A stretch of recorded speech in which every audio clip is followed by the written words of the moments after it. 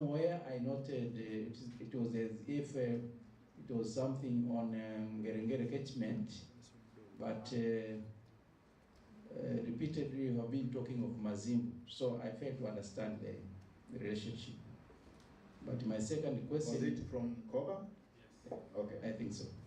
So my second question is also out of ignorance. I would like to know if it is possible to determine water quality without drilling and taking the samples of water. I would like to know about this. Thank you. Okay, thank you. Professor Shaigiri. Yeah, thank you very much, moderator. Professor Kashambire has already introduced. Anyway, my question goes to Dr. Mkoba on the aquifer characterization. One of the challenges regarding groundwater characterization is the salinity aspect. So, if we can be able to address well the issues of salinity, then that will be a kind of breakthrough when it comes to looking for potential areas for drilling and the likes. Now, as regard to your characterization of the aquifer, how was this approached? Because I couldn't hear much, I think. And if you did, how confident are you with the suitability mapping that you have done? And my interest is more on the utility side of the findings.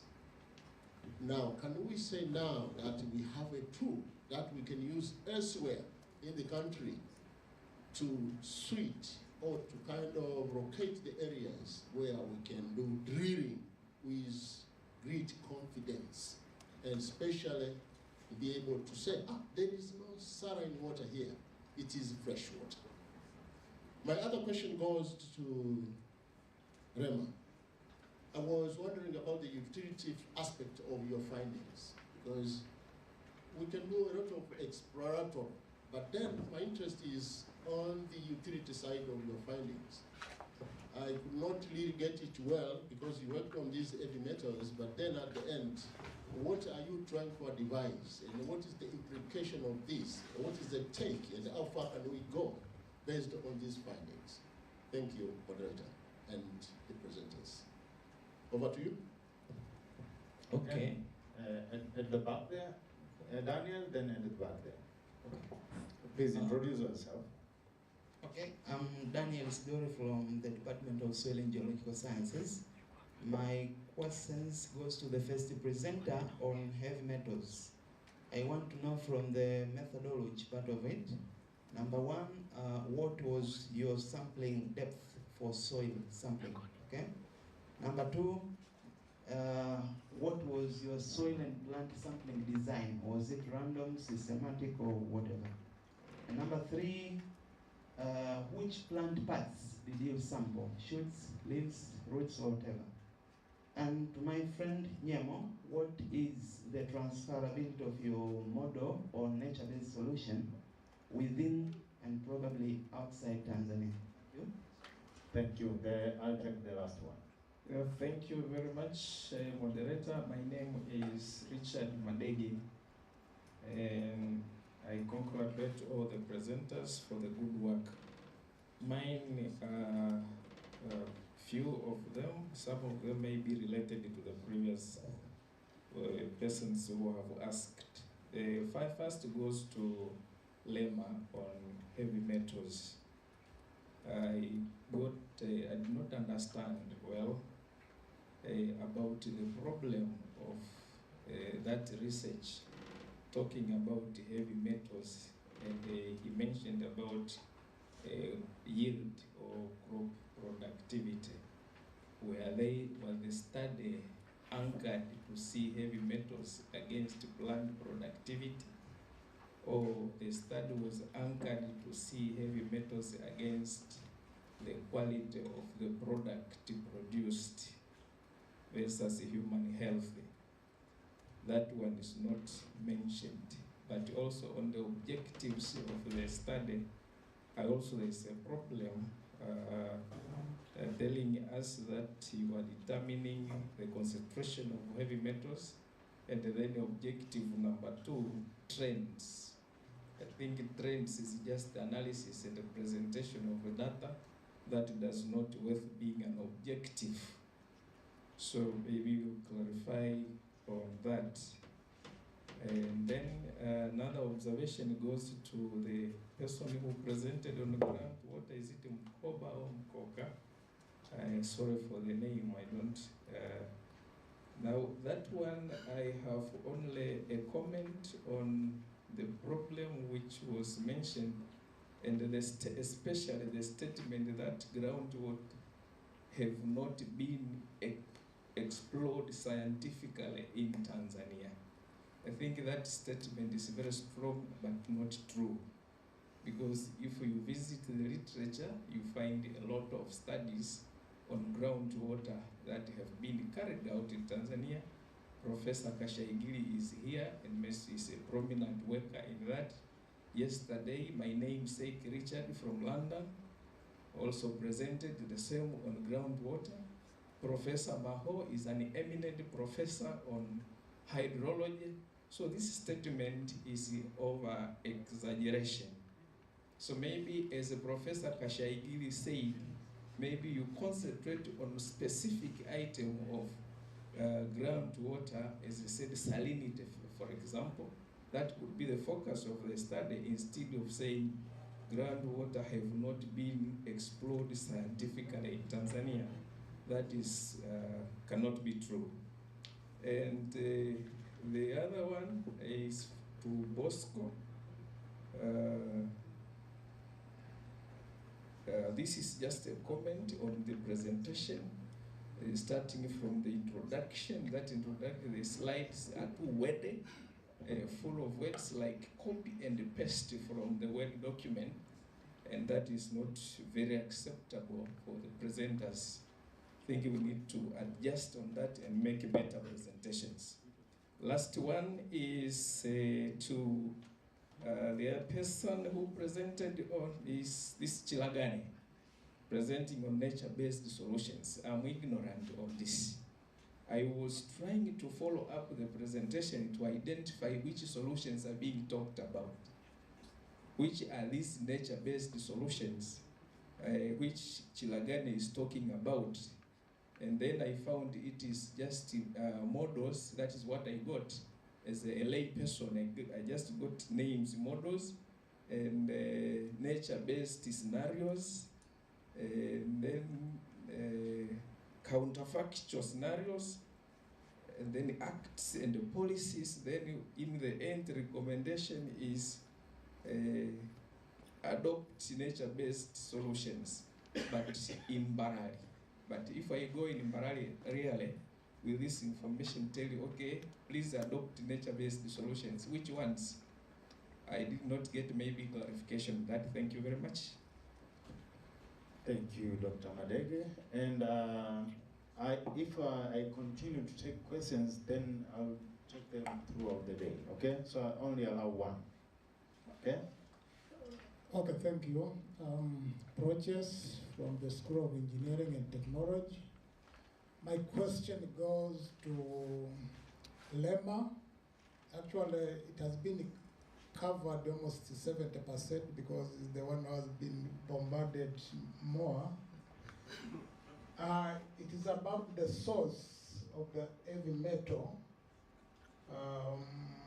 My question is on the recommendation. You are recommending that the regulation authorities should do monitoring. Now, what should be monitored? Just measuring the levels of heavy metals, or measuring those monitoring people growing vegetables along the river catchment? That is one. And next is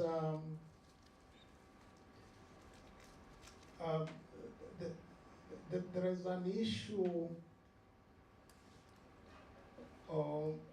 that's actually this has been this program has been in place for quite a long time. It means that there is some government interventions which have been done, And that one can assist us to get a background on maybe something related to the source of the problem. So please, can you tell us what has been done already by the government, and how can you relate that to the source of the heavy metals, and maybe why now we want to study it more? What is the gap there? What is not known already as related to your recommendation? Thank you. Thank you, and that's I think the close of the round of questions. So I'll give you, some minutes more to Lema and Koba. They have many questions. I had actually from Koba, but I've decided not to ask because I know while answering other questions in between you will respond to this. But we have one question from online. Do we have more? I only received one. And the question is, as a research institution, I am curious to know if SOKOINE University of Agriculture has placed considerable emphasis on surface water harvesting. This topic seems particularly relevant and crucial in today's world, and I am eager to learn about SUA's involvement and the contribution on this area. Concern from Mohandeni Online.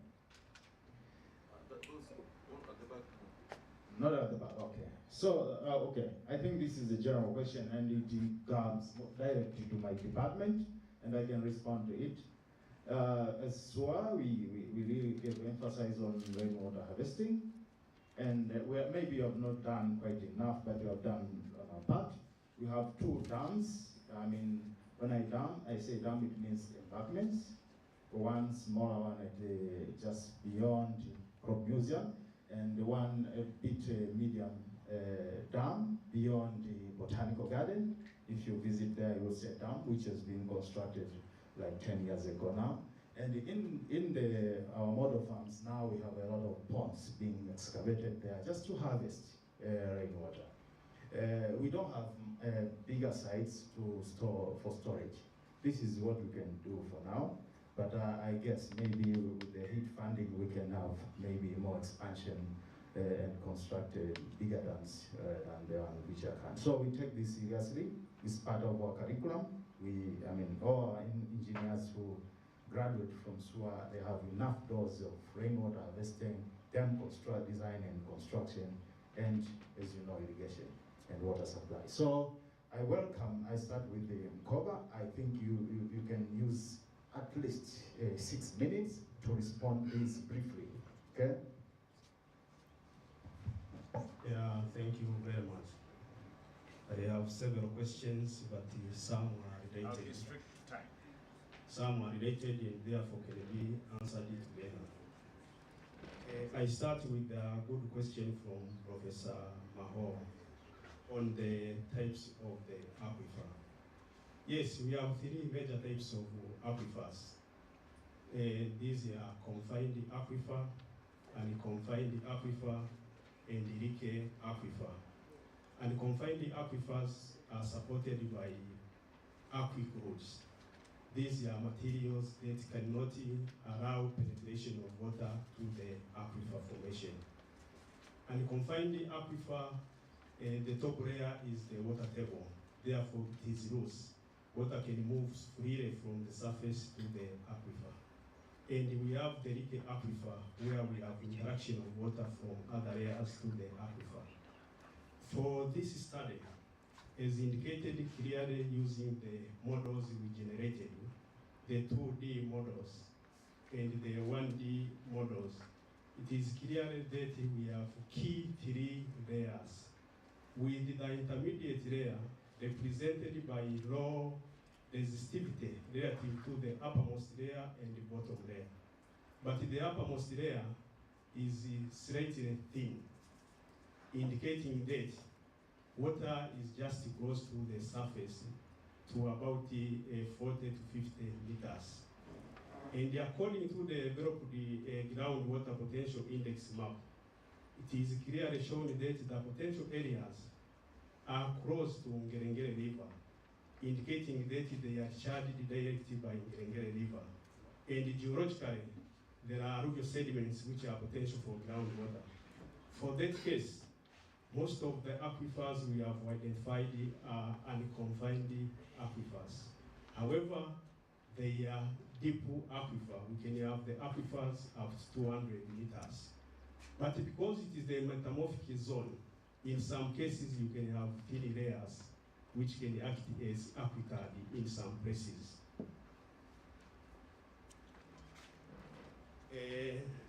The second question is from Dr. Marukasa. Extraction to be done to infinity. Yes, extraction can be done to infinity only if you have done pumping testing and you are pumping water at the recommended rate.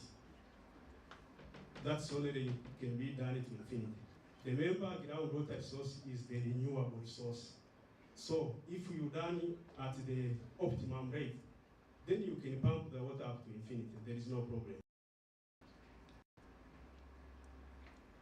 What is groundwater conservation and protection? This is also from Dr. Malkasa. Groundwater conservation and protection goes together. For the case date, in case we have identified the aquifers, but we are not ready to drill, that means we have to protect that area from anthropogenic activities. That is the meaning of protection and conservation. If we are not ready to drill, just protect the aquifer, and this is the policy.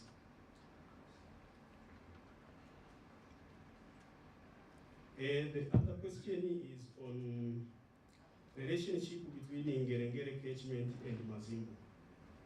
Yes, Mazimbu is the sub-catchment. According to the title of presentation, I said that it is Ngerengere sub-catchment. So Mazimbu is the part of the sub-catchment within Ngerengere catchment. To know the water quality without UDA. Yes, we have been doing this several times. We are using resistive method to know the water quality. After 30 seconds. Roughly, generally without dealing. Because the low quality, the water with high dissolved ions is too conductive, and therefore the conductivity is very high and the resistivity is very low. So through those values, we can know the areas with high conductivity and areas with low conductivity, and delineate areas dominated by saline water. Another question is salinity aspect from Professor Kashagi. Unfortunately, I have only 1 minute, is it? Actually, you are exhausted all the time. I gave you 6 minutes because you had a lot of questions, but looks like it was not enough. Maybe we chat during the lunchtime late after we hear again other presentations, okay? Thank So you. I know we are all here and you can listen. And there is actually another question for you here, so I want to give it to you. Maybe we do it later. So can you give it to Lema? And Lema, please use less than 3 minutes. Thank you very much, moderator. Thank you very much for all those who provided their comments and questions. So, Stick on point. yeah, no problem. So the first one was a comment on the sources, in that you see there are cars, there are small farms, urban farms that are where Professor was asking, what about looking at how does the exhaust gases affect the What's your response? Yeah, so my response is, it was not part of this study, but I think perhaps on improving my work, maybe I'll go and check on it. The second was the reason for the decrease. The reason for the decrease from 2010 to 2010 was a... Can you reject your results? No, you can't, because you can't reject result because I will tell you, as researchers, every research in the world has limitations. Every research has limitations, no matter how good it is. So this is the size, as you can see, and this one, this part is. Okay, that was okay. That has answered that. Samples were few. Samples were few, but sampling points were few. Not samples were few, because in every sampling point we have taken 4 samples in every sampling location. So there are not few. And even you can see for the studies that were done in Msimbazi River, the same on the same topic, sampling locations started from 2 to around 4. So we need to convince this particular processor that there is a possibility, not a possibility, 100% assurance of increasing your profit using a small amount of input. That's why we come up with the optimization. So we had 3 hypotheses saying that the first one, the extraction time will increase. As the extraction time will increase, there will be more inulin produced, but also when we'll be increasing the temperature, there is a possibility of extracting more inulin, and the same applies to solvent extraction. So we went further, and this is the methodology that we used. We had 3 independent variables: the extraction temperature, extraction time, and extraction solvent. And we use a certain software that is very special for optimization called Design Expert Software version 13 to do the optimization, which was the response service methodology. So what we did, using the 3 factors, we subjected these factors to this software to get different combination of these factors to be able to do the optimization. And after obtaining the different combination of these factors, that one is called the experimental matrix. We use that particular experimental matrix to the lab to do the real experiment, and the idea behind was to get the response variable. That was the inulin yield. And this was a matrix that we obtained after subjecting our independent variable to that particular software.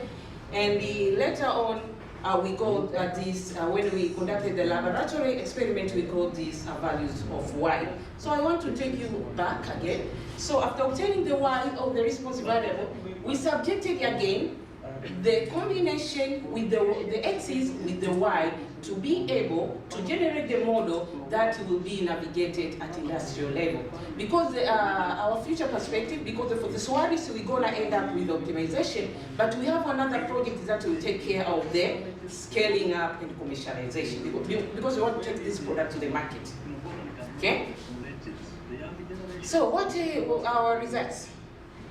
This is an ANOVA table from the software itself. As you can see, A is temperature, B extraction time, C is solvent concentration. And when you look at the p-value, the temperature was the most significant factor compared to the 2.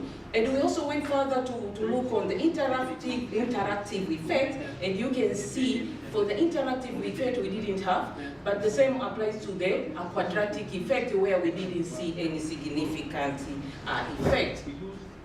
And when we look on the model fitness, because for us to be able to apply this model at industrial level, we need to know first of all if it's significant, and the same also if the model can fit. So at the end of the day, we should not put a probability of not getting the optimum values. So as you can see, the adjusted predicted variables is not more than 0.2%, and this gives us confidence that the model can be used for industrial navigation. And going to the results, that was the model that we obtained so far. And as you can see from the ANOVA table, we saw it was significant, this level, and the lack of fit was not significant, meaning the predicted and predicted actual values and the difference between predicted and actual value is not significant, which is good for us, and it gives us assurance of using that particular model. And we got this using the response surface methodology. We obtained the optimum yield of inulin of this at the temperature of 90 degrees centigrade. We spent 90 minutes, and also at the temperature of 80 degrees centigrade. And I'm sorry for the SI unit. Okay? Going further to the interactive effect, you can see we use 3D graphs to see the interactive effects of the different variable parameters that we use. And as you can see, as you go to the reddish part is where you can get the optimum value. So we obtained our optimum value here. When we look on the interaction between extraction time and temperature. Okay. That was extraction, okay. Same applies to the interaction between solvent concentration and temperature. As you can see, our optimum level was obtained here.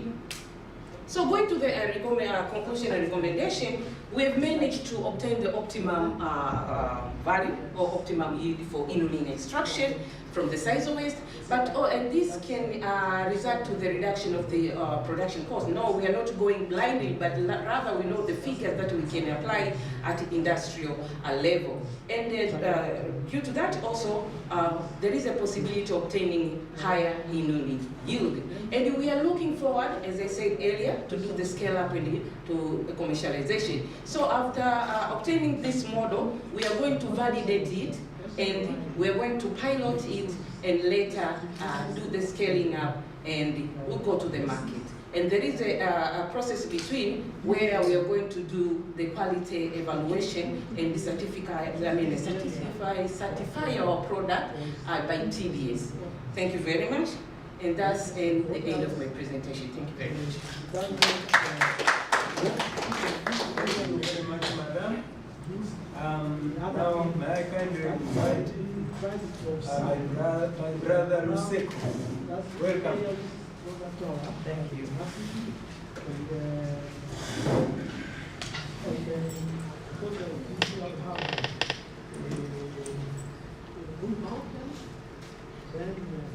During the rainfall, about to see the mountain, there's rainfall right here, I can see there's no rainfall.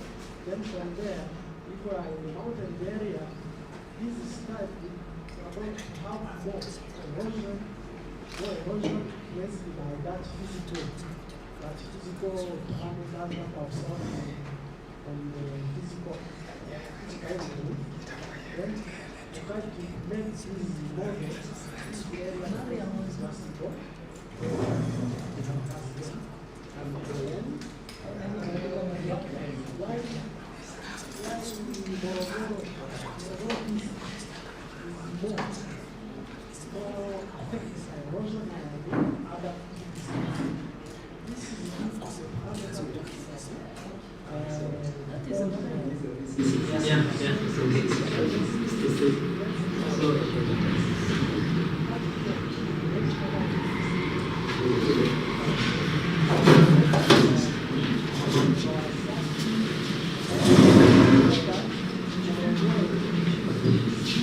Okay, so good afternoon.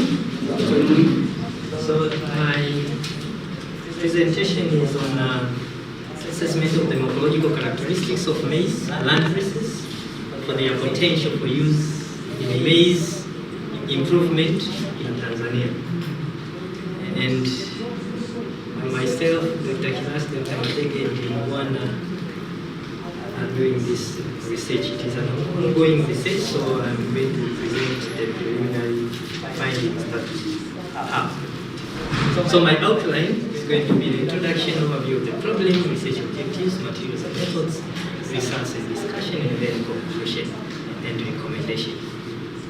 So maize is an important stable crop in sub-Saharan Africa, Tanzania inclusive, and the importance cannot be overemphasized. We all eat ugali, and we know that the highest portion of animal feed also comes from maize, and it is used also in the production of ethanol in some other parts of the world. Now, maize is an open pollinated crop, meaning that it can take pollens from other crops around, other maize crops around, and therefore it is very difficult to control and keep track of the available germplasm. When you plant your harvest, you have something different. When you plant your harvest, unless you have a very controlled seed system to protect it from having pollens from other neighboring plants. And this is very, especially with the local available germplasm which we are working with, which are just cultivated by farmers in the vicinity of nearby farms that are also being cultivated with maize of different types. So there's a lot of mixing up. Okay, so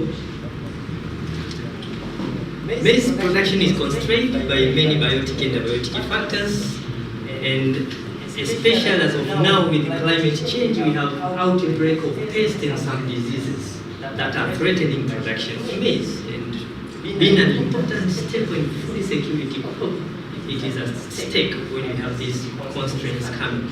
And we really need to counteract these constraints so that we can breed for varieties that can come against these constraints. So in Tanzania, we have a diverse germplasm available for use, and as I've said, different farmers still cultivate these landraces in the open field, so there's a lot of mix-up. So the germplasm is very wide. We have a very wide genetic base for maize. But most of the breeding programs that we have concentrated in seeking foreign parental materials to be used as parents. And why that is because these materials have been characterized. It's not that we don't have within these materials, but ours we have not characterized, so we are not able to pick and say that I can use this to introduce a certain trait, whether it is a drought, pest, or disease resistance. So that is unfortunate. And some of these foreign materials are not adaptive. But with our landraces, because they are cultivated within, they are adaptive to our environment. But the only thing is that they are not characterized. So this research aims at unveiling the potential of maize local germplasm for use in crop improvement, that we can characterize them and identify traits of economic importance that can be used in breeding programs, so that when we find parents to donate genes for a certain trait, we find materials from our localities. And also, because they are not characterized, you may find that we have materials that are ready for use, because they have already these traits and they can yield high, but because they are not characterized, we don't know about them. And the hypothesis is that because of the nature of the crop itself, that we have a wide range of expression of morphological traits, and that is what we are going to check. So the objective is just one, that we have many in this study, but for this presentation it's just one, to check for the different traits of economic importance that can be used or can be upscaled after characterization, so that these local germplasm can be of use. So, materials and methods. We conducted a survey in one maize growing region, targeting farmers growing local varieties of maize, and we identified 2 places in Karatu and in Songwe, and we hope to go to Karatu. We have farmers group that have been funded to conserve and cultivate these local genotypes of maize.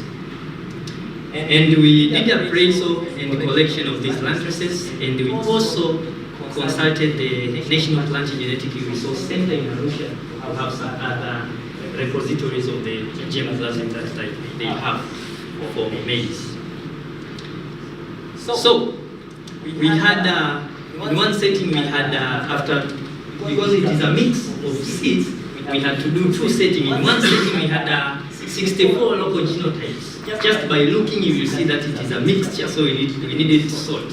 So because we are trying to go to do an experiment, we are supposed at least to sort, to remove these mixtures, so that we can have a pure and a more homozygous materials to be tested in an experiment. So we started with the 64, and these were planted just in block to assess them using the DOS descriptor. This is a distinctness, uniformity, and stability that is used for registering varieties to make sure that this is true to type.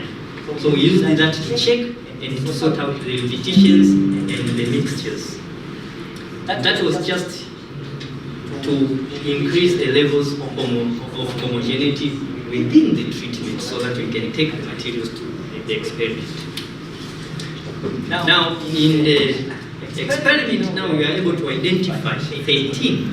We selected 13 genotypes, and in these 13 we had 10 local.